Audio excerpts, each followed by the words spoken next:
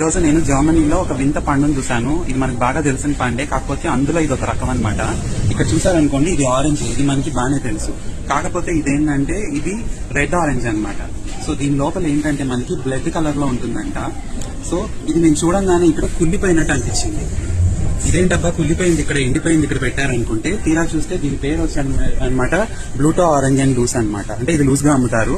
దీని లోపల ఏంటంటే స్కిన్ అంతా బ్లడ్ గా ఉంటుంది. ఎలా ఉంటుందో నేను కట్ చేసి చూపిస్తాను.